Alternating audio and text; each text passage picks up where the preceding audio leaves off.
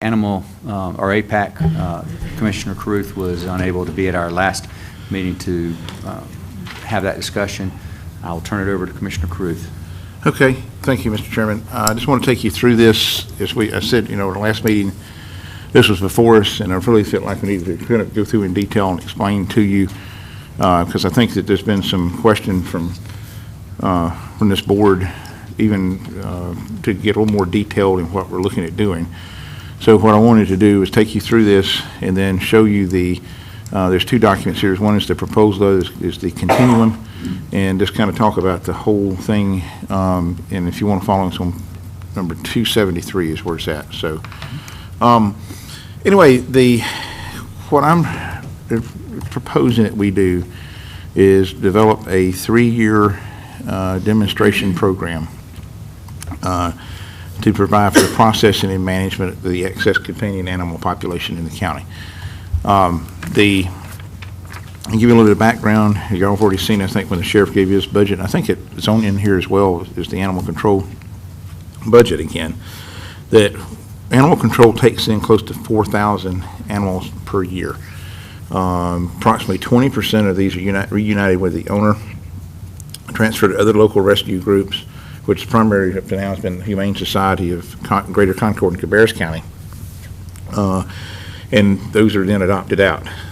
The other 80%, some are made available to rescue organizations, but most are euthanized, primarily due to the lack of a well-coordinated plan for the disposition of these excess companion animals. The concept, we approved a resolution, if you remember, back in May, but what the concept is to develop a solid process to do the intake, inventory, evaluation, and disposition of the excess companion animals. And this will ensure basically three things. That first of all, that owners are quickly reunited with their pets when captured by animal control. Number two, owners who desire to relinquish an animal, I have 4 here, not 3. Number two is owners that desire to relinquish an animal will be provided with other options for the animal besides turning it over to animal control. Number 3 is making sufficient use of limited resources by concentrating those resources on those companion animals that are most easily adopted or rehabilitated. And fourth is maximize and partner with the private rescue organizations in our community to promote spay-neuter efforts, provide educational initiatives, and increase owner responsibility. The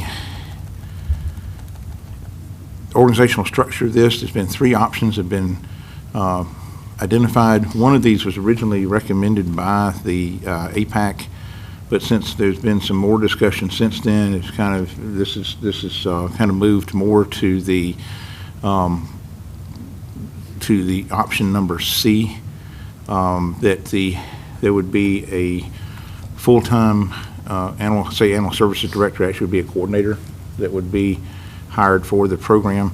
This coordinator would then provide resources to volunteers that would tend the shelter, that is to feed the animals, walk them, take care of them until such time as they are turned over to the private rescue organizations. And that can be done either just by the person themselves recruiting volunteers or working with the rescue groups to provide, we need this many volunteers at this time. That detail is still to be worked out. But there will be 3 big accountabilities. The APAC will develop a matrix, which has already been passed out as being, members are even considering as we speak, that would, how the companion animals would be categorized when they're received at animal control. This matrix would then determine the ultimate disposition of the companion animals and will drive the community shelter report that will be used to chart progress in the program.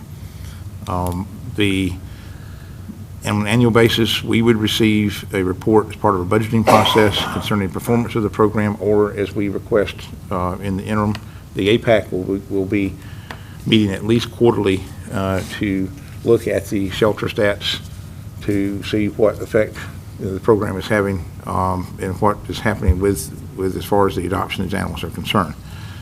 And of course, with the accounting of all the funds used in the program would be accounted for through the established programming and budgeting process. The reason I said 3 years is that I know that Commissioner Beecham, I think you expressed concern about it growing and growing and continuing to take on a life of its own, is that in 3 years, we're looking at one or more of these options occurring. Either we will identify additional public revenue sources to operate the program, grants, donations, or other private funding is identified. Community support for the program builds the point that public funding for the program is either extended or continued. We may see that if it's widely successful, that this may be something we just continue to fund, or other options were pursued to address the issues related to animal adoption in the county. Now, I said on the funding, Part 6, initially said $80,000. Since then, there's been a lot of sharpening of pencils and drilling down a little more. That I believe that we can get closer down to $70,000 on that, and what that would consist of is in 3 parts. One is the salary and benefits of the person that would be the coordinator, and what I'm looking at is $35,000 to $40,000 a year for that, and that is comparable to what we currently pay, I believe, our sheriff's deputies. You would have, of course, building the benefits on top of that. The second part would be what we currently fund now to operate the shelter, which would be the supplies, and I believe there's also some money built in for vet services that we already have in the budget. I think it's been identified about $17,000 a year. And the third part would be office supplies and IT support that would be needed for the position to be able to manage the process. I see it's pointed out here that there's 3 sources: the existing shelter operations budget, our contingency fund, and then any assigned, and make up the difference with the unassigned fund balance to cover the cost of this.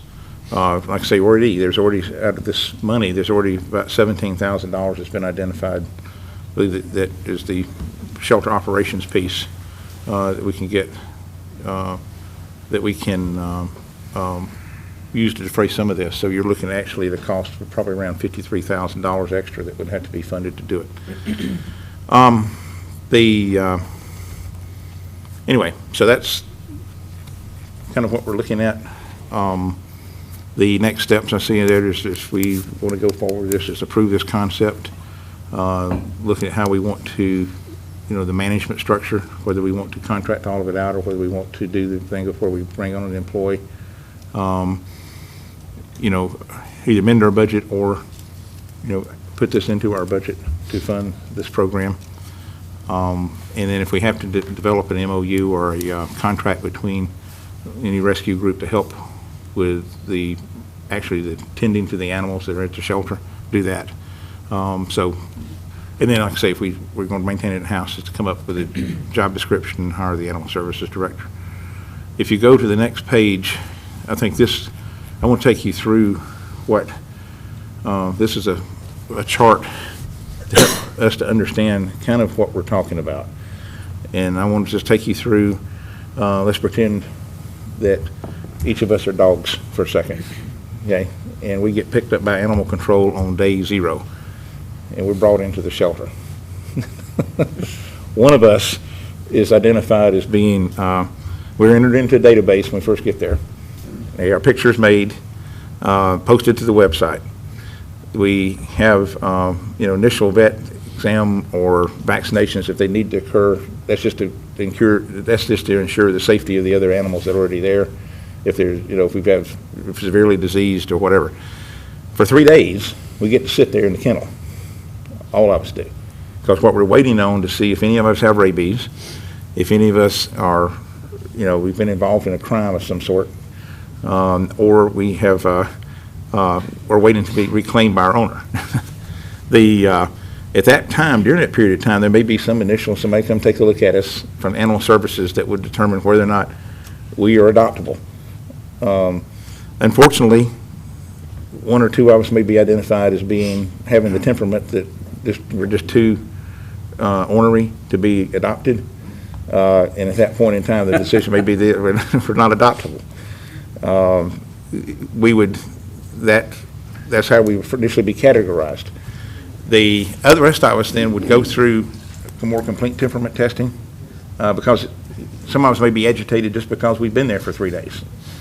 And once we get into that 4th day, then when we're released and we haven't been picked up, none of us have been picked up, then it's determined then that we can continue through the program. That point in time, we'll be evaluated, our temperament will be tested. There's already some folks lined up to do that on a volunteer basis to do temperament testing.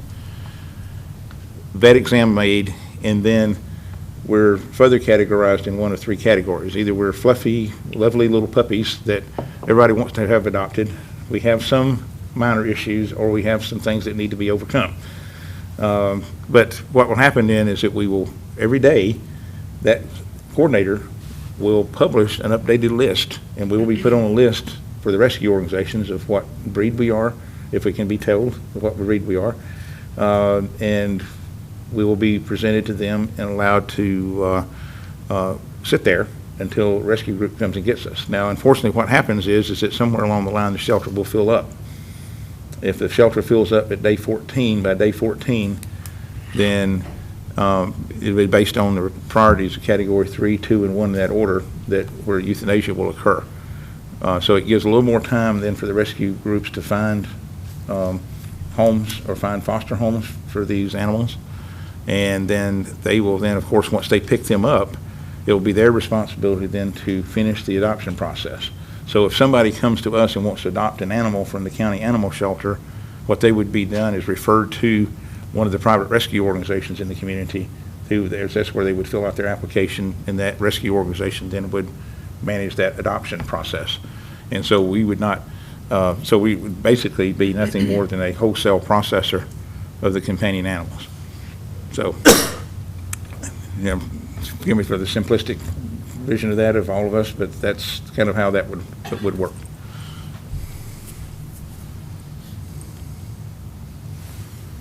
Now, what questions do you have?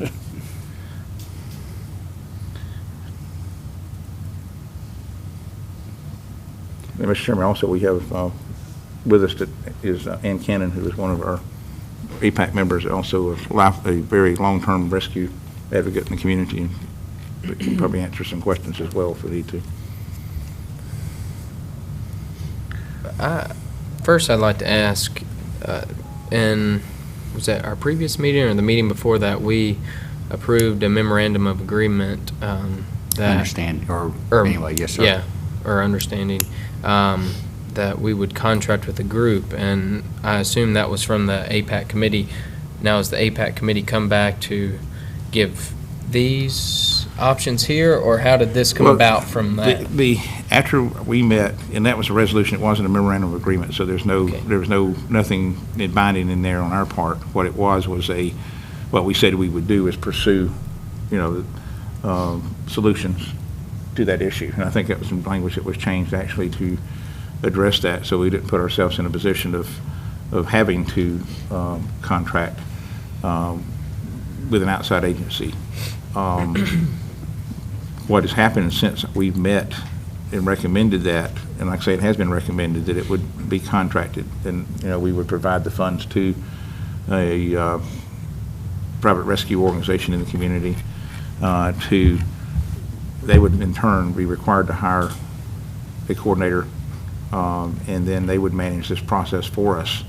Is that there's still, even though there's been quite a bit of few changes at the Humane Society, there's been some questions by some people in the community of whether it would be prudent to turn everything over to the Humane Society at this point in time, or to have this in-house.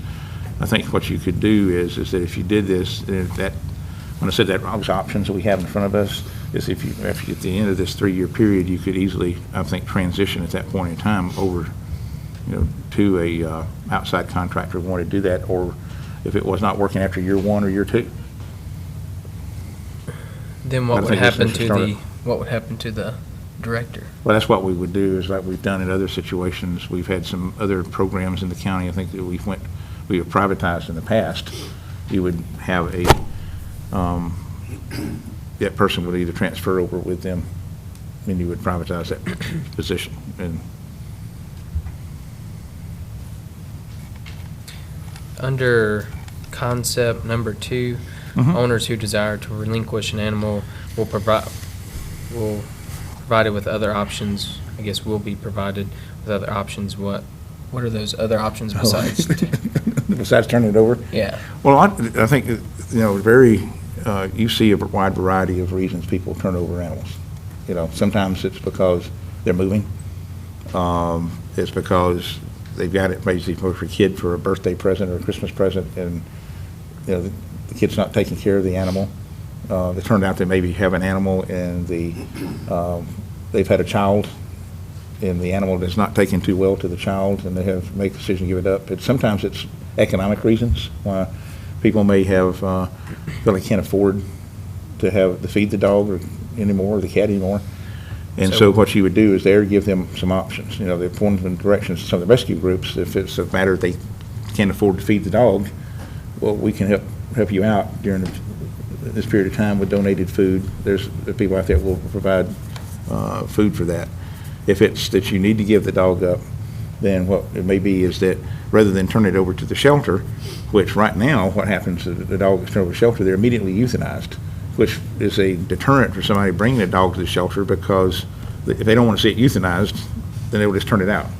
And so what you do in that case is that even talk to them about the possibility of continuing and fostering that dog, registering it, and then it would be while a home is found for the dog, so that doesn't have to come to the shelter and does not have to be put into a kennel somewhere. Sure, yeah, Mr. Chairman. Why don't you come on up, Mrs. Kennedy? Yeah, because Ann is actually involved with one of our rescue groups, and she can tell you a lot more about that, how they do that. Okay. If you'll please introduce yourself so everybody knows. I'm Ann Cannon, and I'm a board member of the Cabarrus Pet Society, and also on the APAC committee, and a longtime rescuer and a very avid animal lover. Lots of times, the reasons that people want to surrender their dogs is behavioral problems caused most often by the families themselves not handling particular issues correctly. And with Cabarrus Pet Society in particular, we have wonderful behaviorists and trainers that will. Oh, sorry. You could still hear me, though, couldn't you? Okay. That work with, we offer their services to that family to see if they're willing to work with that animal, and lots of times that is the case. But if someone came to animal control to surrender their animal, and the options that we would offer that person, that would be the rescue group's responsibility. It would not be the county's responsibility, as far as monetarily or anything. So the rescue groups would take over that and work with that. Does that help? Yeah, certainly. What's preventing that from happening now? If I want to relinquish my animal, I take it to the animal shelter. What's preventing another group from adopting that animal? Or lots of times, the Humane Society will help try to place that animal. It isn't always a death sentence immediately. Legally, if a person takes their animal to animal control and says, I want my animal euthanized, that's what they have to do. But they don't have to necessarily euthanize that animal just because it's been relinquished by someone.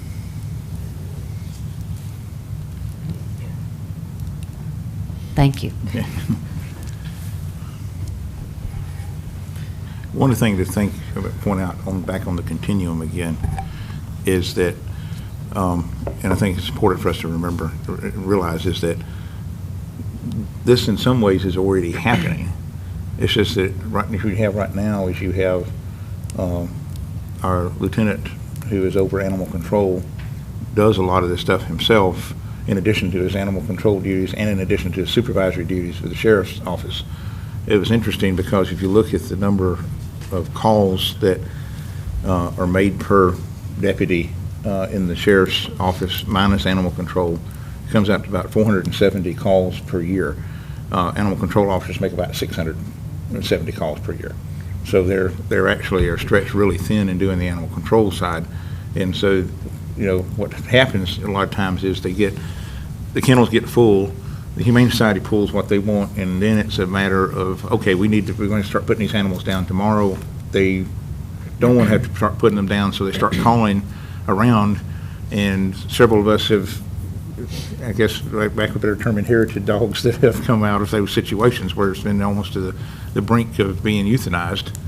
And so it's been a kind of a haphazard process of doing this. So that's what I'm talking about, building efficiency, is it will, almost like a missing link. Because right now you have the rescue groups out there, it's like a bunch of links of chain that are all laying out there that are all doing a very good job of helping out in the community as far as helping to control the stray population in the community. But what this does is it pulls all of them together and provides that coordination, that centralized effort. My first thought is if a lot of this is already being done, then I wouldn't think that we need to hire a position to, better coordinate the efforts. I would think that the APAC committee could take on that responsibility to help coordinate and have a better response from the rescue groups. Perhaps, if a lot of it's already being done, it seems like they could step in to take the extra half to try to formulate something rather than hiring a full-time position. One of the things that we have to understand is that everybody on the APAC has a full-time job, and some have 2 jobs. And a lot of what they do is totally volunteer. They're doing now with their rescue groups. The question comes in of their ability and their time to be able to accomplish that. If you think about what you're maybe involved in outside of your work and your job, do you have the time yourself to go and on a daily basis? Yeah, I certainly don't imply that they should help out at the animal shelter. Just the organizational aspect of it, that the committee, is in charge of the organizational aspect, not necessarily the, labor of, operating the animal shelter. By no means do I mean that. Oh, yeah. Well, I mean, think about it at this point in time where we're at. We've got 10 animal control officers. You have at least 4 major rescue groups in the county. All of them have folks that volunteer with them, 20, 25 hours a week. They're there on the weekends. They're there every day, every evening. And right now, none of them have the time to come in and do what, we have one person on staff that basically is doing it as an additional thing that they do that they don't have to be doing. I mean, Lieutenant Taylor could very easily just say, it's, day 3, we're through the quarantine period, they're not pulled, I'm euthanizing them tomorrow morning. But he doesn't do that. And that, that's where you run into. I think it's just a matter of the fact that everybody's involved with their own rescue groups. There's no incentive, there's no reason whatsoever for them to get involved in this. And, it comes back to that same basic question we had before us, is that do we, once the animals are picked up and get through that quarantine period, what do we do with them?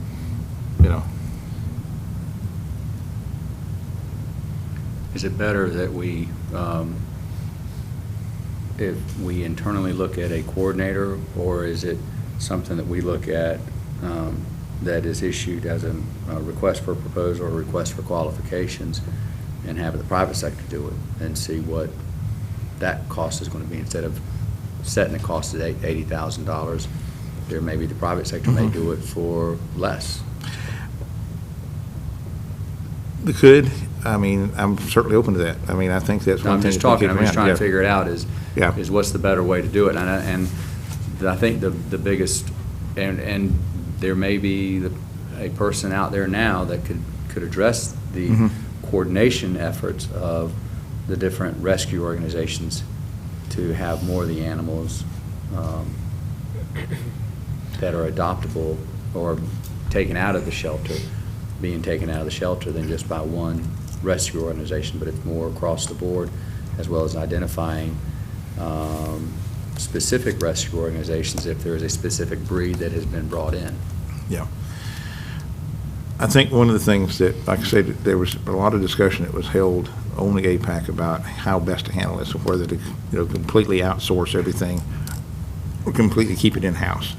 And at first, the consensus was, is that if you outsource all of it, there's really only one organization right now in the county that has the capability of doing that, and that's how the Humane Society got involved in this.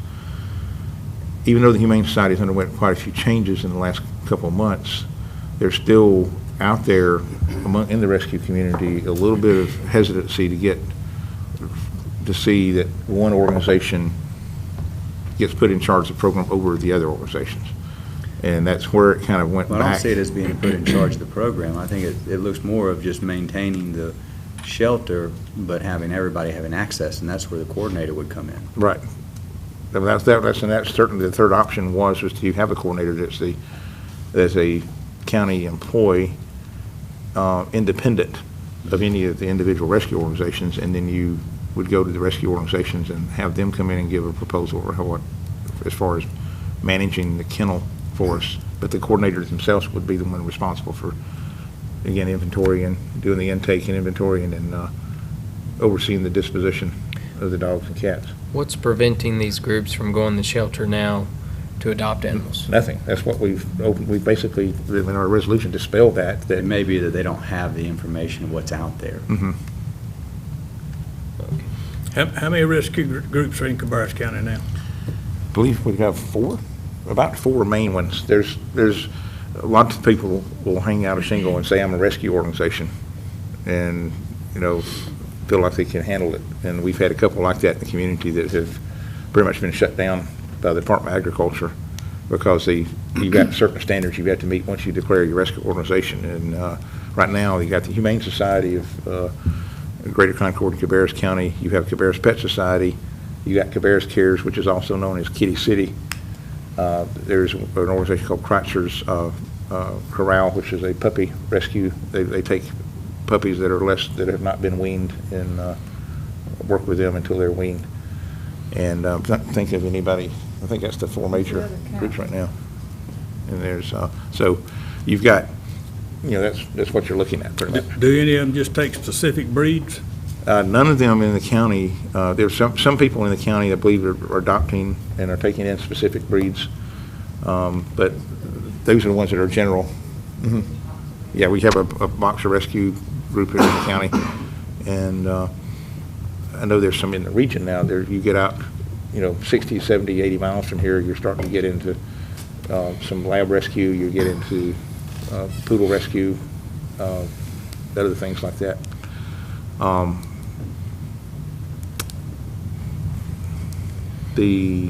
forgot what I was going to say. Anyway. Well, the rescue groups, if they have access to the shelter now, if they're, a rescue group, it seems like that they would understand the process that they can come to adopt these animals. It seems like these groups and organizations would know that without, having to have a coordinator. One thing that I don't know, but it seems to me that may be difficult is, I don't know of, when I think of the Humane Society and I think of some of these rescue organizations, they're all volunteer positions, so that their access to information is after hours. So that if they want to come up, pick up the animal, is the shelter open after hours for them to get the animal and to, so that, and that's just something I'm kind of, and does this, if there is a position, or is it the hours that need to be changed, or is it additional hours that need to be added there to give more access to the rescue organizations? Is that an issue that the APAC has recognized, that there is limited access? Or? And when I say limited access, I think it's time, time constrictions, as opposed to accessibility. Again, if you look at the continuum, and what you have happening right now is that when the animals are coming out of that quarantine period, understanding now what currently happens is the Humane Society comes and they will come in and they will pick dogs and cats to take out of the facility. I know because there's other events then that exist beyond that. There's a whole population that is still there. And then what you end up happening is the kennels fill up, or you get a puppy mill bust, or you get other things that happen, And then what you have happening making the decision about euthanasia is not a adopted pet evaluation matrix. What it comes down to then is a decision on size, on which ones are getting along with each other. You may have in that so you don't have any hard set deadlines of when euthanasia may occur. You have situations occurring where then dogs that are perfectly adoptable or that could go to a breed-specific job or be used for, become working dogs, those dogs are sometimes put down unknowingly. And so what this would be able to do is if you see the bars on the continuum at day 14, is it puts a deadline. It says that we're not going to keep them forever because there are some places that have run into that situation where you have, you have to build new shelters, or communities are building shelters to accommodate them because they won't euthanize any of them. What this does, it actually extends out and says rather than 4 or 5 days, we want you to go to day 14. But when you run out of shelter space, we want you to take the ones that euthanize first are the ones that are the least adoptable. So what you're doing is, and I have every expectation that when you get to the by day 4 or 5, you will see that category 1 animal, which is the one that's fully adoptable, that has no that has no major health issues, major behavioral issues that can be adopted out immediately. Those dogs will be out of there first. And and again, like I pointed out several times, even to the APAC, is that just because you set this process doesn't mean that suddenly next week the sun comes out and 100% of all animals are are being saved at the shelter. You're still going to have euthanasia occurring. It gives a more structured process by how you are managing the animal population that is at the shelter. I don't see I'm hung up on the $80,000. Yeah. Is that in my math, I don't see, if you do $80,000, it would have to include the 17 that's already there. Right, it does. So I still And don't. like I said, I put 80 I still there. don't come up with $80,000. I come up with the most is $62,000 to $65,000. Okay. And the reason how I come up with that is if you were to look at, if it's a $40,000, benefits is probably going to be another $15,000. So that's 55 plus the 1762, and office supplies and IT shouldn't be more than about $3,000 a year. Mm-hmm. So I'm just rounding things. Mm-hmm. So that gets you to $66,000. Okay. That's if they're hired at 40. If they're hired at 40, okay, 40 plus the 15 for benefits is 55. It's 55 okay. plus 1762. No, excuse me, 72. 72. That's right. So you're already 80. Yeah. But I'm talking new monies. New monies, you're taking out the Yeah. 17,000, which is the current kennel operating expenses, janitorial supplies, and the vet services. Have you tried to get somebody to volunteer to be the coordinator? That has not yet. I mean, that was the thing about volunteers a lot of times, and I'm sure we can get a volunteer. How long will they volunteer for, and what kind of qualifications are they going to have? We have in the community, I would say hundreds, if not more than 1,000, dog and cat lovers that will see themselves as able to do this program. I see this as we'll need somebody that has the ability to manage resources, manage the process, to be a strong leader to help pull together the organization. We have a lot of people that are animal lovers that say, yeah, I can handle this myself and you don't have to pay me to do it. I'd love to do it and get my hands on it and do that. But then also, I mean, those people that would volunteer would be people that would maybe between jobs that might do it and then say, well, I'll get somebody else to do it, or you continuously be training somebody. Who would they report to as the volunteer? Those kind of things. Well, if you get back to responsible pet ownership, we wouldn't even be talking about this stuff. Unfortunately, if everybody was responsible, there's a lot of things we wouldn't be talking about. Well, I know. But you're right, is that you're. Especially for pets now, if pet owners want it, let them pay for it. I love dogs, but I take care of my own. And unfortunately, what happens in the community is that the ones that, you cannot make enough laws to make irresponsible pet owners responsible. And, You put the fine high enough, you eventually get there. A few days in jail. probably what will happen is, what you see a lot of times with dumping, you'll have dogs out on the side of the road out in the country because somebody will sneak out in the middle of the night and dump them out. Well, I think a lot of that's happening now, and, I know several people that work in the communications department, the sheriff department, and they said they get endless phone calls of people calling to say, they call 911 to say they don't want their animal, and it's a shame. Mm-hmm. Oh, I agree with you. I think that one of the things we need to look at after we get, I think that's probably the next thing to look at is how do we strengthen our animal control ordinance. Yeah. What if we were to do this? Mm-hmm. There's a lot of work that APAC's put into it so far, and it seems like it's getting closer to the end in regards to the matrix. Why don't we do, a suggestion that I would have is, if APAC can come up with a matrix, can come up with some of these qualifiers, or what, the plan that y'all have already come, get it a little bit more fine-tuned. There may be staff out there now that can address it so that we don't have any additional costs to the county.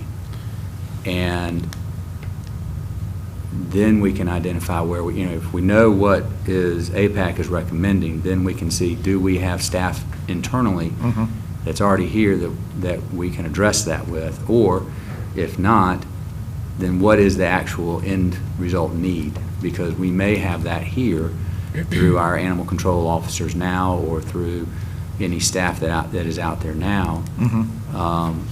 And a month from now, 2 months from now, if I look at it as really the issue is what happens between day 3 and day 14. How do those animals get taken care of? And we're making the assumption that our staff right now can't take care of that.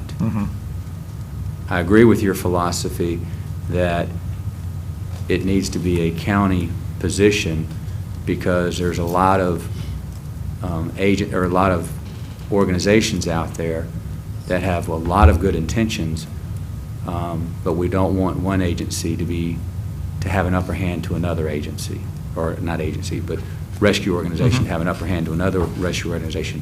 So before we make the assumption that we need to contract with somebody, maybe we need to identify who we have there, see if they're being fully utilized, and if they're not being fully utilized, can they assume this position or move into this position that you're talking about, with the guidelines that APAC recommends that we may or may not adopt, but I don't know why we wouldn't. And if there seems to be a shortfall, then we have an idea of how do we best address that shortfall, so that we would address all of the issues that you have here, but first we look internally based on the refinement of APAC's recommendation regarding day 3 to day 14 or day 15 or day 16. In this presentation, it seems like it's day 16, I believe. Actually, excuse me, day 14. Yeah, so it's 3 day to 14. 14. So if we look at 3 through 14 is what we're looking at. Yeah, I mean, we may have that coordinator here, and just not ask them to do that, or seeing whether they have the tools to do that. So I think if we first understand what categories APAC's recommending, then we identify, do we have that person present? And if we do, great. If we don't, then we answer that question. But it doesn't delay this. It keeps it moving forward. Well, that's what I see. I just want to make sure that, and if we do that, then whatever, if we do need to put resources toward it, we're not sitting here this time next year, we're worried about next year's budget. No. We're able to do a budget amendment or whatever to move that over if we decide to do it that way. As far as I'm concerned, the only thing that's holding it up right now is getting the finalization from APAC, is about what their recommendation are in regards to day 4 through 14, is what I look at it. As the matrix or? Yeah, the matrix and. Okay.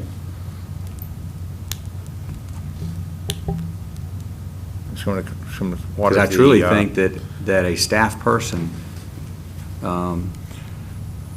with some help, or maybe not help, is to get this information out to the most people possible, and putting, and it's going to, it's not a 9-to-5 job, it's not an 8-to-4 job.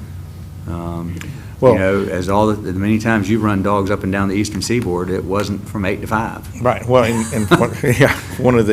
one of the things that was brought up at our APAC meeting, in fact, was what happens when you come in on Monday or Tuesday after a long weekend, and the kennels are sitting there full of dogs that have been picked up over the weekend. And what I pointed out was that's where that coordinator would know, would either through experience, or would have it when they get here, or their experience know when the high demand times are when animals need to be processed into the system, and that's when you would seek to get 2 or 3 volunteers there with you to help you process those animals to the system, so that you get them cataloged and again the photos made, posted on the website. But certainly, we can do that and go back and take a look at that. Well, I think that there's also needs to be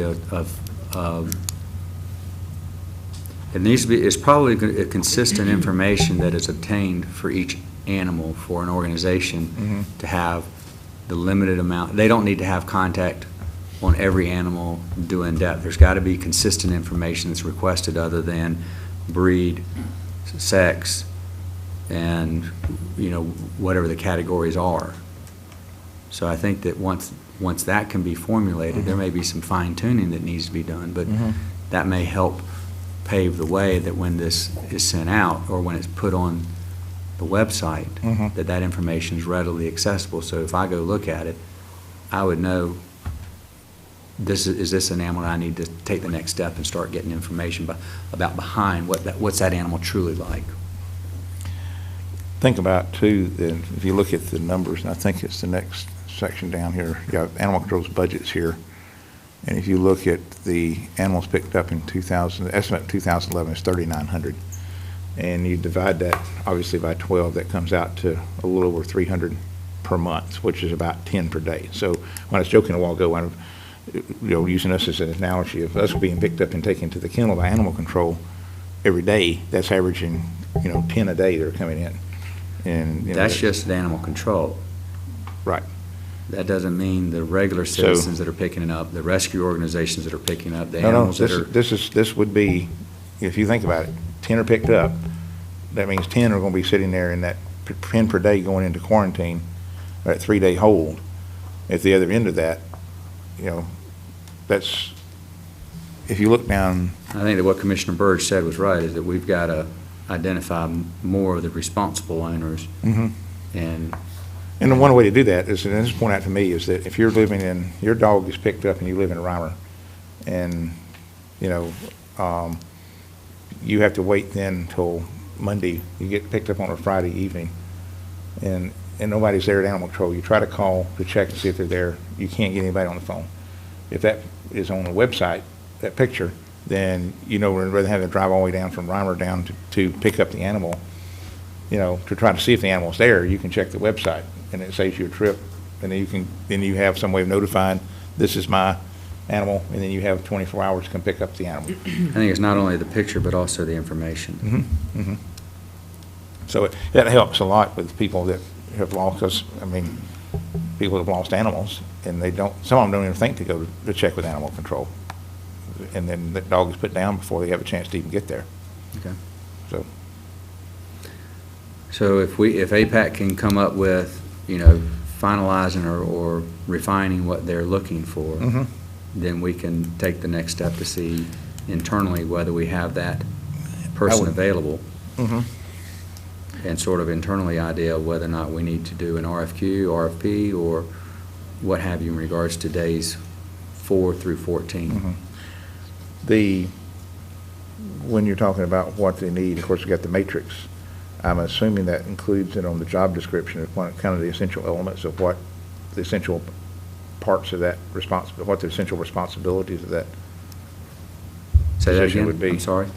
But the essential responsibility of that position would be. This person is responsible for, maintaining the inventory of the dogs. I think one sentence is adopt as many animals out as they could possibly adopt. That's right, yeah. And then to achieve that, Achieve that, yeah, that's what I'm saying, those is- things underneath that, what they would be required to do and set up, what they were going to be having to set up. Okay. Is there anything else on that we need to talk about? Okay, the next matter we have is fire districts. We had a presentation last week. Let's just go down the list, and first one is Harrisburg.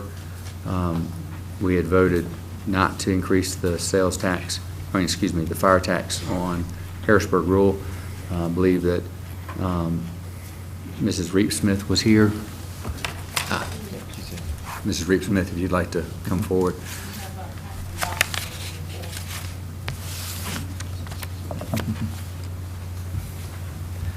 Mr. Balkins, council member.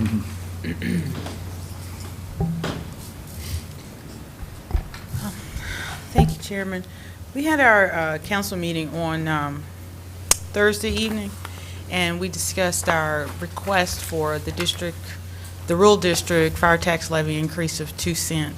And we were also told by our fire chief that there was a straw poll on the night that we had presented originally, and that he did not believe that we were going to get the increase. And so we discussed that on Thursday, and we sent out a letter this morning to all of the commissioners and Ms. Honeycutt and the county and deputy managers. So we would like to just officially request again the importance of the 2 cent rural tax increase for us. It's not that we are asking for an increase to purchase anything additional to provide an additional service.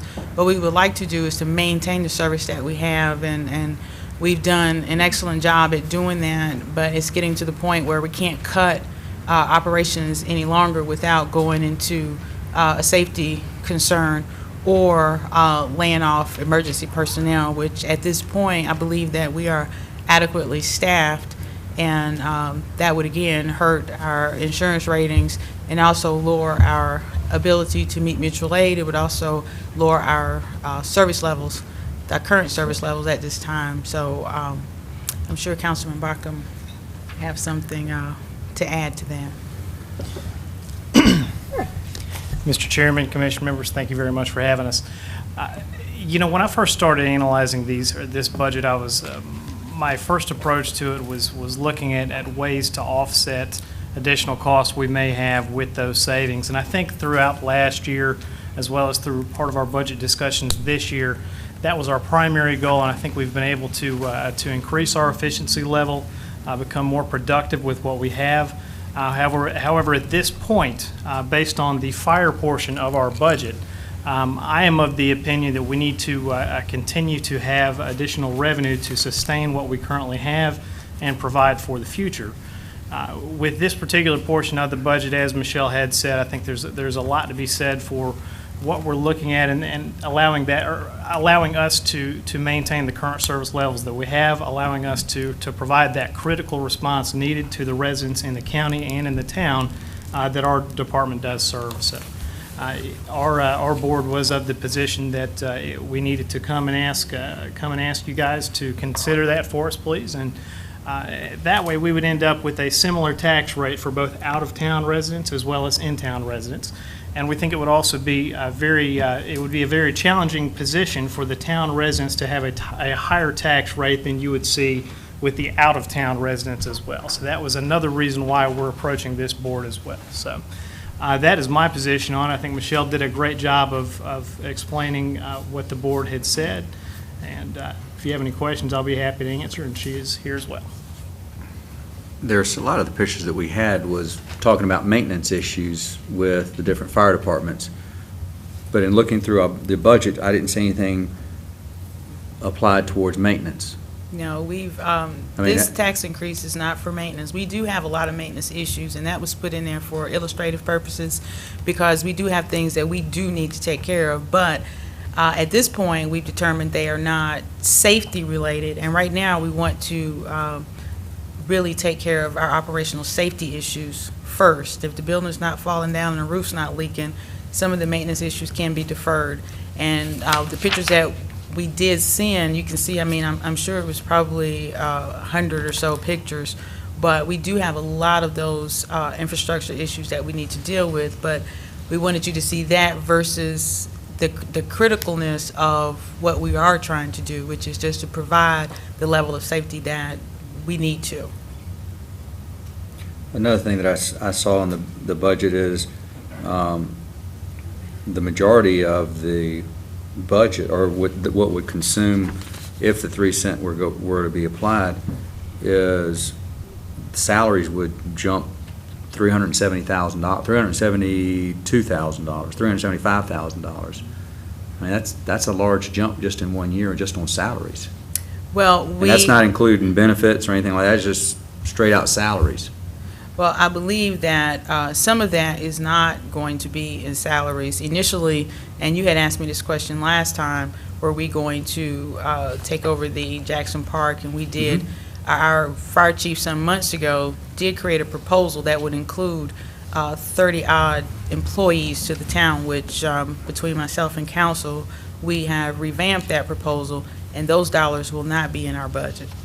So Wow. this came actually after, because initially we had asked for a 5-cent increase on that tax rate to encompass all of the charges from Jackson Park. What I was looking at is 10-802-1000 fire salaries. Actually is $1,022,874. Requested is $1,318,776, and recommended is $1,397,479. So that would be an increase from the actual of $1 million to 1.397. I think, I'm not sure exactly what you're looking at, but there was only a 1.5% increase in salaries. There was, okay.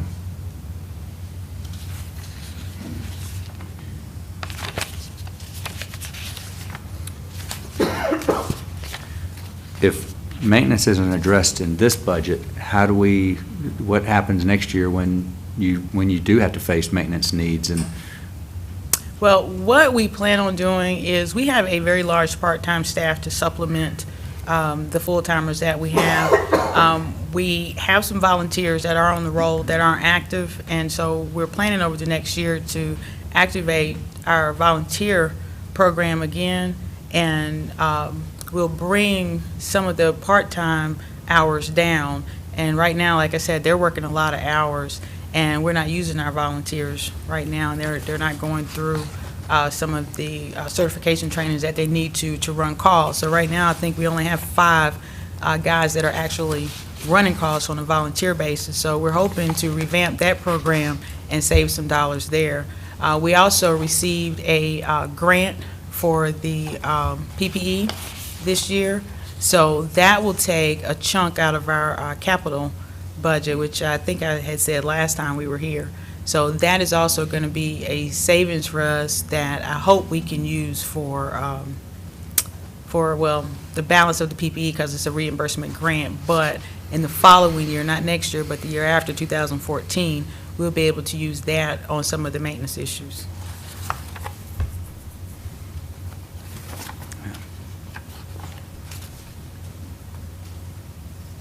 okay. Any other questions, or is the position of the board changed at all in regards to increasing or allowing the increase of tax rate in the Harrisburg rule another 3 cents? Was it 2 cents? 2 cents. Excuse me, 2 cents. Well, when and I'm coming at this totally, completely from probably a different perspective, in risk management myself, and they had not had a chance to look in detail, which I did this weekend, at all the proposals. And I initially said I would not support it, but I would have a tendency to support it just because of the biggest thing is the equity issue from when we transitioned in 2006 to a municipal department. And at that point in time, if looking at an equivalent between in town and out of town, I think that was one of the issues that was raised at that time. So that would be the reason I would have a tendency to support it myself.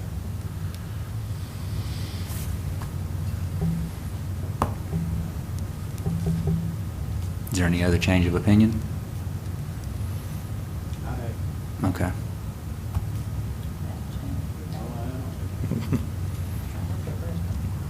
Well, I'm sorry, I don't think we'll be able to agree to that, to increase the rate 2 cents. Sorry.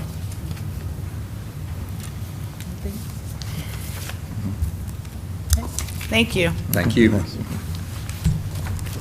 Next we have is Mount Pleasant rule.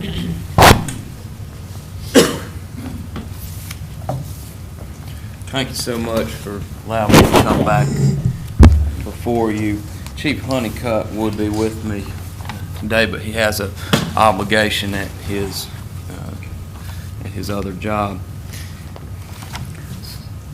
One of the biggest disparities that came up that we were trying to wonder in is that in regards to Mount Pleasant Rural Fire District, they're funding the fire department at a rate of 75% to 25% in the city and the town limits.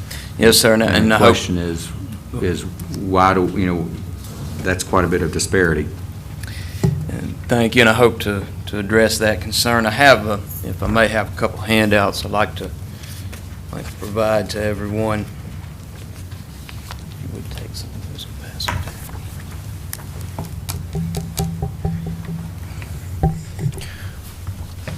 What you have here is a map of the service area for Mount Pleasant. The town of Mount Pleasant provides fire protection to an area that includes 37 square miles, approximately, give or take. Only 3.17 square miles is in the town of Mount Pleasant. County service area constitutes 88% of our fire service area. In regard to the property value at risk method of cost sharing, the total tax base of the service area within the town limits constitutes 25% of the tax base of the entire fire service area. And the unincorporated county, the rural Mount Pleasant constitutes 75%. And this is why we propose the cost sharing of a 25-75. What do you get for the 25-75 or for this cost? The current contract states that, to my knowledge, that the town will provide one engine with 1,000 gallons of water. However, on average, we are providing at structure fires 2 engines, 1 ladder, 1 tanker, 1 heavy rescue. In response to at least accidents on roads, 1 heavy rescue unit is sent out. In addition, our personnel is trained and equipped to serve as firefighters. 95% of our personnel have their firefighter 2. They're trained at technical rescue, swift water, hazardous material, high angle rescue, and EMT medical. And we do provide 24-hour staffing at the department. Over the last few years, we've seen increasing costs from a couple of areas. And a lot of these are due to some higher call volume, and that could raise this year.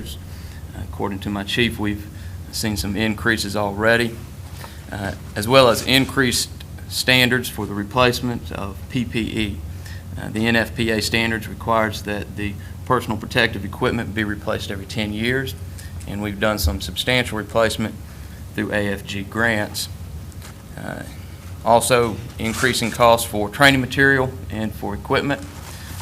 The price for replacing a fire truck continues to increase, and we have had to replace one this year. Our department is located in a strategic location. As you can see, through our contract with Cabarrus County, we cover some areas that, as far as I understand, cannot be covered by any other department. The town provides also a water source as well as mutual aid for the surrounding districts.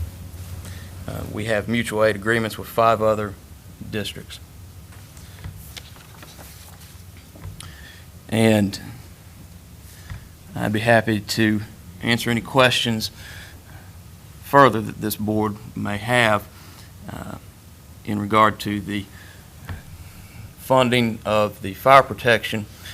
We're not asking to have anything funded completely, but to have a proportionate share of the funding for the fire district service. I've got a question.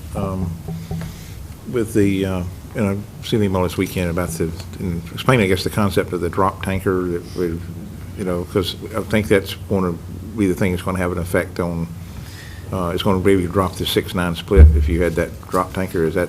Yes, sir. Right now, we are in a 6-9 split, meaning that if you are within 1,000 feet of a hydrant, and we do have hydrants that the town has extended into the county district, then you receive the 6 rated ISO. And a drop tanker, also considered a tanker shuttle, is an operation in which the crews, the units set up a water source and provide water to that source and fight the fire from that source. It takes a lot of planning time ahead and some changes to how you operate. We have begun pursuing that as a goal. If we do this and we are able to accomplish it, then you can see a drop in the ISO, and that could be dropped to a 7 or to a 6. It has to be rated by the Office of State Fire Marshal. In doing that, you would see a dramatic increase in the homeowner's insurance. And I provided to the board last time a study that was prepared by the Office State Fire Marshal, where they calculated or took rates from homes of $100,000 in Wake County and compared to various rates. So if you had a home of $100,000, and just to give you an idea based on Agent 1's proposed insurance premium, at a 9S, the homeowner's insurance would be $376 a year on a $100,000 home. At a 7, $318. At a 6, $259. So we are, through this practice, we're hoping to offset the cost to the homeowner. How much does a drop tank cost? Drop tank itself, the piece of equipment is not that expensive. We have some of those pieces of equipment. However, there's additional equipment that we need to be able to operate the operation. We are planning to install the MDTs to help us coordinate that. We're actually in the process right now, and this is separate from the fire department, but in the process right now, GIS-ing our fire hydrants in order to, you have to select certain locations to have tested for the drop tank operation. It's a coordination. What would be a ballpark number? What would be a ballpark number for the piece of equipment? Well, let's do it around this way. You're asking for a $0.015 increase on the tax. That's $63,598, right? Yes, sir. You got $55,000 for an apron, right? Yes, sir. That leaves you with $8,598. Is that going to buy or fix this drop tank issue? That should allow us to do that. So if we were to increase the tax rate but also then decrease it a year from now, then you've gotten what you need. Depends how much you decrease it. If you decrease it, we still have staffing needs. No, we just drop we drop it off a penny and 1.5 cents. We go back. We still have staffing needs. Once Whoa. this apron is replaced, Well, you're just talking about needing an apron and a drop tank. Is there more that you're needing that we just don't have? Because what was presented to us was an apron and a drop tank. one other thing that was presented is the audited fire district revenues and expenses. And you can see this started we started tracking this in 2004, moving to 2011. This year, the town of Mount Pleasant purchased a new truck. We had a 23-year-old fire engine that had to be replaced. And we purchased that directly using fund balance to avoid the debt service and also use some of what has been accumulated. If we spend what we are expecting to spend this year and receive the revenues that we're expecting to have, then the town will have basically contributed more than the 25% at the end of the year, meaning that the fire department does not have a very large fund balance. We have been using our funds for operating costs. We have some very old equipment and some very old capital. And as I'm sure you know, no organization can survive for very long if they do not incorporate the cost of replacing their capital into the cost of service. Any other questions? In your fire district, do you have the information to show us where you've had calls? Because I know you have a big rural area, but you've got some farmland that doesn't have any structures on it to have a call. I mean, I understand, if I owned 100 acres, but I might have a house and a barn and whatnot, but versus the more dense area that's in the city limits. Does that make sense? It does. The last data that I looked at, and this is kept on the county's firehouse system, but the last thing that I looked at, about 62 to 63% of the calls were going to the district. Another percentage were going to the town.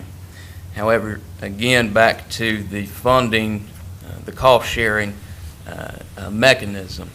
If you want to move away from the simple cost value at risk that looks at how much property value is receiving the service, then there's some other factors that should probably be considered as well. For one, the town is providing the water source for this area, and also there are different costs to responding to different calls. We're taking a lot of large equipment, a lot of large assets out to this district for these responses. There are a middle school and an elementary school within the town limits, and there's a high school within the fire district. So I know that's not specific, but that's what I know. I was just curious where you had more calls, because if you have more calls where you got, a clustering of buildings, then it seems to me that would be in the town limits. On this one that you showed us, is this That is, limits that's yes, satellite? yes, ma'am, and that is part of that 25%. That is the total property value is included in that. Yeah, I mean, and I didn't say this while the Harrisburg folks were still here. We are doing the study to look and see, what is being provided around the county by all the different fire districts to make sure that, some of them are operating in very small funds and doing a whole lot, and other ones have more funds and maybe are not doing as much. I don't know for a fact any of that. I mean, I don't have any details until we do the study. So my inclination still is to get the study done so that we have some data to look at, to be able to see what we have in different parts of the county and to make sure that we are getting good service for the citizens all around the county. So I guess my biggest concern at this point in time, I'm not disagreeing with your numbers because they're your numbers, but I really would like to be able to get the study done and look at it and see what that tells us. So I guess that's where my point of view is, whether it was Harrisburg or yours or Odell, is to get that study done, the fire study done, and really be able to have some data to look at. Is there any other questions, or is there any change of opinion at this point in time? I would be more inclined to support it if it was just totally for the insurance reduction prospect. I mean, I'm concerned about raising recurring revenue for one-time, facility needs. And that's not, I mean, as far as just a drop tank, what we're looking at, then I would be inclined more to support it. But like you said earlier, Mr. Chairman, if you drop, next year we'll reduce it back once we've paid for Right. the apron. And I think that part of the fire study should be too, to look at the actual facilities we've got out here and what, how can that be, some cost share take place as far as in our capital, our capital improvement program of building in some of that to make sure that facilities are being maintained well. Or not maintained well, but we were addressing the issues that come up, because I think Harrisburg also had some issues with their apron as well. And a fire truck's not exactly a light piece of equipment. That's right. Yeah. There's a reason most military bases you see asphalt roads in where the tank crossings are at, you see concrete because they, and why you see construction roads next to other roads in commercial developments. Whenever we're discussing the insurance rates and if the tax goes up, presumably there'll be, insurance rate would be reduced. Is that guaranteed? Is there a state regulation that formulates all that, or it's just a presumption that it will go down? I think that until it's chicken and the egg, until you get the drop tank, or Bob, if you want to answer it, until you get the drop tank, then they come out and they decide whether or not your rate goes down. It may not, and it may. Right. Because, it's easy for us to say that these residents will save on their insurance rates, but that's all a presumption. Yeah, it wouldn't be automatic. It would take a process, again, of getting the State Fire Marshal's office in, doing the evolutions to show that the drop tank operation can be done successfully, and then getting that re-rating, and then getting that out to the insurance companies, that information. So, yes, sir, it wouldn't be an automatic reduction the same day that the tax increase went into effect. It would take time. Thank you. Thank you. I do not see that there's a change in opinion at this point in time. Thank you, Mr. Cox. Thank you very much. Yes, sir. Next is Odell.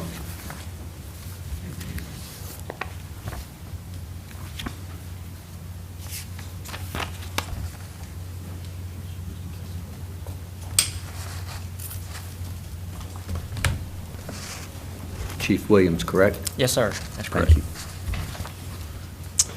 All right, good evening. I'm Jake Williams, the Fire Chief Odell. This is Robin Myers. She's our treasurer, board member, and then, of course, Steve's with Fire Marshal. We want to come back and speak to you on behalf of the department. We've made some modifications to our initial proposal. Robin's run some numbers. I'll let her go over that, and then I'll try to give you an insight why we're having to ask for an increase, and also talk to you a little bit about maybe a little bit more about the water shuttle operations for you. It's just a little bit more in depth besides just a drop tank. Okay. Okay. Yes, ma'am. I guess basically for me, I'm here as a member of the community as well as a board member.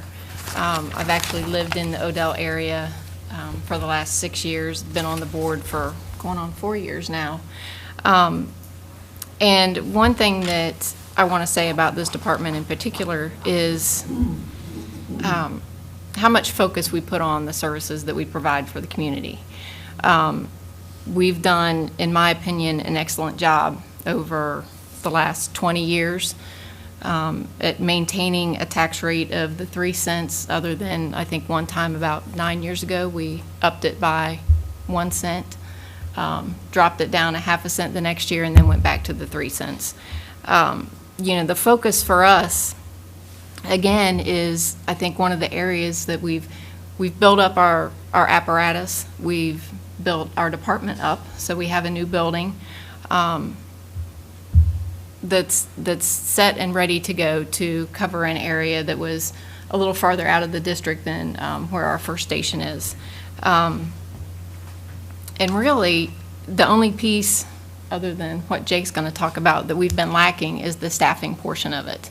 So that's really what this whole request is about. And what I did was go back and run the numbers and see if we could do it on 2 cents rather than 3 cents.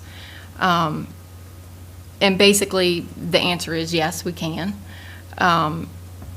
You know, I think it all goes back to how we manage our money, and we've done a good job of that in the past.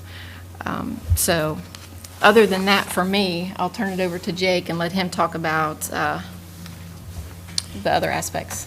Yeah. Basically, we went back from kind of 2006 when we had our initial ISO inspection. I told you previously there were areas that we needed to work on to help increase our chance to decrease our insurance rating. Was apparatus, we bought that, got that in play. Equipment, we got that in play. Personnel is kind of what we're working on now, and then the distance from the station. We've been looking for land for probably about 10 to 15 years now. I would say back in 2008, the state come in, took a large portion of our district where we had taxpayers, and basically they lost their insurance rating. So our priorities changed from trying to hire staff to we need to try to find the land and go ahead and build a station to provide a protection district for those individuals. So we found property, built a station, spent a bunch of our savings that we had built up to, to get there to put staffing on. Building that station, we included a sheriff's office annex. For the sheriff's department, we don't receive any funds from the sheriff's office. We look at it as a benefit to the community. There's a deputy out there, they have a place to come to do the report, and it stays out there in that community. So we've always tried to do what's best for the people in that community. We're currently working with Fire Marshal's office on a radio tower, basically allowing the county to build a radio tower for the 800 systems, and just giving them, allow them to put the tower there on the property. Going back to the water shuttle operation, our district's kind of split in half. Yes, we're going to have to do the water shuttle operations. I'm looking at 3 key points for us. The Park Creek subdivision. Slow down. You were talking real quick there. The what division? I talk fast. It's the Park Creek subdivision. Park Ridge? Park Creek. Okay. Oh, There's a tower there. This whole water shuttle operation from the state, you basically have to flow 250 gallons a minute of water for 2-hour duration. The state doesn't require you to flow that constantly, but they have some calculations they do that with to get their numbers. So towards the Mooresville Highway area is where we're short on our water. We don't have any water out there. So those people, like I said, I'm looking at, there's 3 potential areas, and the process is we've got to get, if it's a water tower, an engineer has to sign off on it to show that it's got so many gallons per minute. But we're looking at the Turtle Creek area, Turtle Creek Nursery. We've been working with Wassac on utilizing the reservoir at Mooresville Highway, and then the Park Creek subdivision. That would encompass that whole area, and then everything else we have has hydrants, which is going to basically do the hydrant maintenance and stuff. This is all pertaining on the staffing we get. If we're able to get staffing, because it's so time consuming to get all that documentation, get all that stuff prepared for it. That's been our whole issue with it, getting the staffing, getting that stuff in play, and then have the fire marshals come in and do it. And it's probably an 8 to a 10-month process before they actually come back to do something. Just to let you know, in the ISO process, staffing is a key part in the points that the department gets in trying to lower the rating. And on the drop tank, all of our departments have the drop tank operation. They're capable of doing it because they don't have hydrants. So again, it is just a process that they would have to be evaluated on. Basically, the state is evaluating how much water they can move and how fast they can move it. So they'll come in and evaluate water points, as Jake was talking about, and basically evaluate them moving that water. And that's what a water shuttle operation is, to try to lower the rating. And one other thing about the staffing that I meant to mention is that we're not going for full-time staff. This is all part-time. So these would all be part-time people with no benefits. This is really just covering their base pay.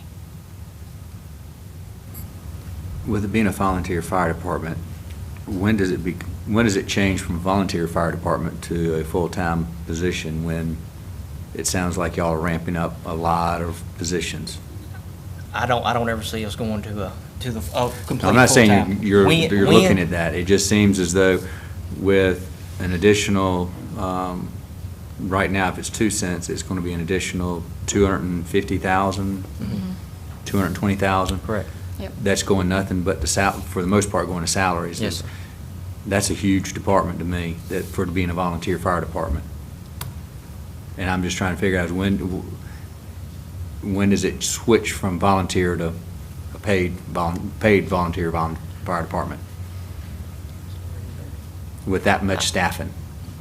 I don't know that I could really give you an answer on that. I mean, we have no intentions to do it, our own employees. We basically just using the part-time, trying to get all of our stuff, a lot of help it's just a lot of work for the volunteers. I mean, it's not the same volunteer fire service as it was 10 to 15 years ago. It's just a lot of paperwork and certifications and things that you just have to keep up. Another thing that I was trying to figure out is if Kannapolis is probably the city that's going to be annexing land out in y'all's area. What happens, like we're dealing with Jackson Park, what Right. happens with Kannapolis enveloping and taking over y'all, and does y'all's tax rate go down and down and down, or are you at staff levels that it can't go down? If Kannapolis is taking more of y'all's area. Right. And is going to build a fire station right near y'all. Correct. At what point in time does it make more financial sense to them to just take over all y'all's area and take y'all's tax rate? I mean, I'll have to agree with you. I mean, that's the part of living. I mean, in Jackson Park, unfortunately, they're doing the same thing with the city now. I mean, it's coming. It's just a matter of time of when. Right.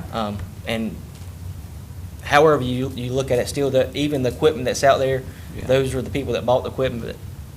But, it's, who knows? Bobby may have a better insight on Kannapolis than I do. Unfortunately, in the fire service, you've got either a volunteer department, a combination department, or a paid department. Yes, sir. And all volunteer departments at some point, due to volunteerism decreasing, would either have to go to a part-time department or a full-pay department. And, that's kind of what we're seeing. That's kind of where the staffing grant came into play, just because with all of our departments, we have issues, especially during the daytime, with response. Do you know what percentage, I'm sorry, do you know what percentage of your firefighters live in the district and which ones don't live in the district? Or What? In Odell? Yes, sir. Cheap. Yeah, it's 100%. 100% in the district? Yeah, all of our guys, all of our board members and all of our firemen, they're from our district. They reside there. Yes, sir. And to address one of your questions, and Steve touched on that, basically because of the staffing grant, all of our departments have part-time people. We are technically combination departments. We're not true volunteer departments anymore. Okay. On the Kannapolis issue, I think it's going to be a while before it'll fully surround the Odell district. Odell is currently contracting, and in contract negotiations, they're already having to cover areas inside the city of Kannapolis now that the city annexed and cannot provide service to. So I think it's going to be a while. When y'all contract with Kannapolis, do you contract on the value of the property, or do you contract on the calls going out? We do, when we contract with them on our current rate, our district rate. So you contract for an area of property Yes. at y'all's tax rate? Yes, sir. That's correct. And I think we've got, I would say, maybe seven subdivisions, Mhm. roughly. Do you have any statistics on how many of your calls are medical calls and how many are actual fires? It's probably a 70-40. I was going to say, it's Yeah, going to be 70, probably 40. at least 70%. I looked at the numbers. Our over- medical calls. Yeah, our Yeah. medical calls, and that's countywide. I mean, all of our fire departments typically the largest portion of their calls is all medical. And as far as the fire statistic, I mean, it can vary. I think we had, I don't know if it was last year, we burnt 4 houses in Poplarwood subdivision. At the same time? Yeah, we At had. the same time. Yeah, we had 2 houses that burnt yesterday. So, I mean, it just, that's kind of sporadic. Yeah, you've got the ones where if you Yeah, that, I mean. you can't barbecue, you can't Yeah, that's, that. fire your grill that- up, you burn your next door that's neighbor's exactly right. vinyl siding off the house. And that's our ultimate goal for is the response with having the staffing there. Those guys are there to try to mitigate the incident, as quick as possible. And that's. I do know, too, I believe that I was just thinking of all the, because all over the last 10 years, how much growth and change has taken place in the Odell Fire District. And I know that one of the biggest ones is yet to come, and that's the potential for the new Catholic high school to be built on Highway 73. In that, what, I guess, Bobby, what does that do? We get to get a high school like that in the middle of the district. I mean, does it change anything other than just, I mean, it's going to have value, obviously, but there's no tax value because it's a nonprofit. It's a religious. Right. Well, it's nonprofit. They don't have to pay, do they? They won't pay anything, yeah, but we'll still have to, we still have the obligation to protect them. Yeah, Right. that's Still have to service. provide the service, and it will, as far as our ISO rating, it could cause some concern because of an increased requirement for fire flow based on the size of the building in the district. So that could put more demand on the fire department also to maintain their rating. And increased call load as well.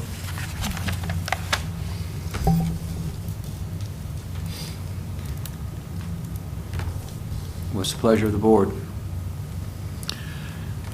Mr. Chairman, I may be the only one, but again, but as, after, studying the issue, I'd change my mind. yeah, I mean, At I'm. 2%, 2 cents. 2 cents, and if they wouldn't come down to 2 cents, I'm willing to support 2 cents because I think that, looking back on the history of having part of the district that was not even insurable or had no fire coverage at all, and go into that, and then the challenges you've got, the unique challenges you have, I think that, you've done, of all the departments that look through this stuff, y'all did the best job of doing research on it and showing us And really, the numbers. And that 2 cents really does put us in line with the tax rates of the other departments. I have to still say no Okay. with, the annexation coming in and potentially their responsibility is going to be less in the future, and I think keep it at this rate for now. Commissioner Burge? I say no. Okay. Commissioner Poole? I think I'm trying to listen to everything. I mean, I still think the fire study is going to be important, but I think you've made some good points. So I think I'm okay with the 2 cents for this year, but I do think that it's going to be evaluated with the fire study. Mm-hmm. And it can change if the fire study, once the fire study I think comes in. you gave us more information and did some research more on the ISO rating. So I feel like you've got some numbers that are a little bit more, but at least you've done some research, let's put it that way. Appreciate So, it. It's about a 200-page book. I really am, that's kind of what I'm banking on, I guess, is that there is going to be the change, and there's going to be a savings on the insurance rates. Thank you. Thank y'all. if I, Now, Commissioner Cruz? No, I just wanted just to ask, I mean, that's one thing, just to make a comment about the fire study, is that I think it's important because I think that what we've moved to, almost like we have 3 tiers of fire departments in the county. We've got those that are extremely rural, and I would add now back to, I thought Mount Pleasant wasn't one, but now I think Mount Pleasant, Northeast, Georgeville, Reimer are all in that state. But I think we've got the Mount Mitchells, Coldwater, and Odell, I think, and even Flow Store are the ones, and A.T. Allen are the ones that are seeing increased pressure because of the growth that has occurred.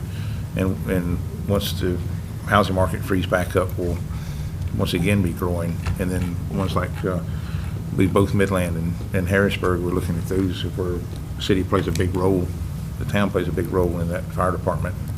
So I don't think we can afford as a county to have total full-service fire department in every district. I think that there's a lot of services that are duplicated that I think that in this fire study we can see that. And I pointed this out, I think, to Bobby as well as to Mr. Downs about how we look at that. Is that every, if we need 2 high-angle rescue teams, do we put out an RFP to the fire districts to, come in with a proposal to us for providing that, rather than every district trying to pursue that, or every district trying to have a full-up ladder truck, or, how do we best deploy our assets and manage those at the county level so that, it takes a little bit of stress off the individual departments to maintain all those different services that they try to maintain. So I think it's going to be good. I think that's what we've got to look at from the study. And if I could add one last thing, just to piggyback off what you're saying, regardless of what happens with annexation over the next few years or with the fire study, this is only going to benefit the community between now and that period of time. When we start developing this out, that annexation is going to be out several years. The study is going to take a while. I remember you guys talking about that at the last meeting. So anything that we do between now and that point in time is still going to benefit the community. Thank you all very much. Thank you. As a recap, I want to make certain we're all on the same page, is that the matters, excluding the matters today, we're comfortable with the budget. As it relates to today, the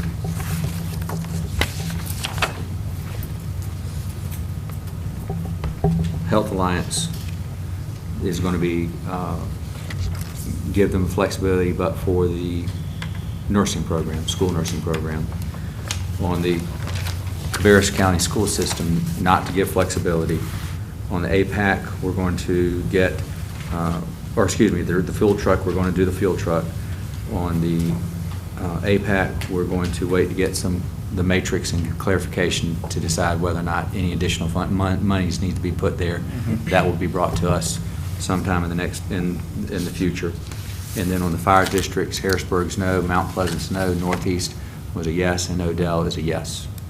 Now, other than that, I believe we have a budget ready to be, ma'am? A yes at 2 cents. Yes, a yes at 2 cents. And I believe that would put us in a position to have a public hearing for the budget on June the 20th. Is there any questions or anything else in regards to the budget that we need to discuss or get to staff and direction? Okay, that takes care of G5. G6 is the adoption of the budget, and we would, if we could have a motion to place this on new business, unless there's any further discussion, is place this on new business for a public hearing on June the 20th. I move that we have a motion. We have a second? We have a motion and a second. All in favor say aye. Aye. All opposed? Motion carries. The next is G7, which is page 293 of our agenda today. And it is the resolution opposing the closure of Cabarrus County Correctional Center. Is there any discussion that needs to be made on that, or we want to put this on consent agenda? Move we place it on the consent agenda. We have a motion. Do we have a second? Second. We have a motion. We have a second. All in favor say aye. Aye. All opposed? Motion carries. I would call to the board's attention in the appointments and to boards and committees. Under the Board of Equalization and Review, there's going to be a recommendation to allow Mr. Dover to serve on 2 boards. I don't think there's a term issue on him. On the Public Health Authority of Cabarrus County, Mr. Crucell was being asked to go back. This would be his 8th year, but it would only be a 2nd term, so there's going to be a term extension. The reason why I bring that up is, in a second, we'll talk about Water and Sewer. Social Services Board is Mrs. Pruitt is cycling off the board, and the recommendation is for Mr. or Dr. A.L. Fleming to come on the board. I believe, Mr. Measmer, you're a liaison there. And then on the Water and Sewer Authority, we need to have discussion as to who we recommend as a board appointment there. The reason why, or not the reason why, but Mr. Quickle, who has been on for 11 years, has been asked to, or is asking for some guidance. and there is some, Mr. Bob Ritchie has submitted an application that we could consider asking that the Wasatch Board consider him for an appointment in place, or instead of, not instead of, but to replace Mr. Quickle. So I just wanted to call y'all's attention to that, to look at it. Is there any other business before we go into closed session that needs to come before this board? And you saw it was withdrawn, the APAC, the applicants have been distributed. APAC? Yeah, APAC, the applicants have been distributed. They come up for reappointment in June, but as I guess with our policy, they serve until they're reappointed, then they'll be ready about, should be ready by July. Okay. For any names there. Is there anything else? Do we have a motion to go in closed session to discuss threatened or pending litigation and location or expansion of industries, and invite Mr. Cook in there? Anybody else? The relocation of industries was removed. I'm sorry, okay. So it's just the threatened or pending litigation. We have a motion, we have a second. All in favor say aye. All opposed. And after the meeting, after the closed session, we'll be adjourning until the 20th.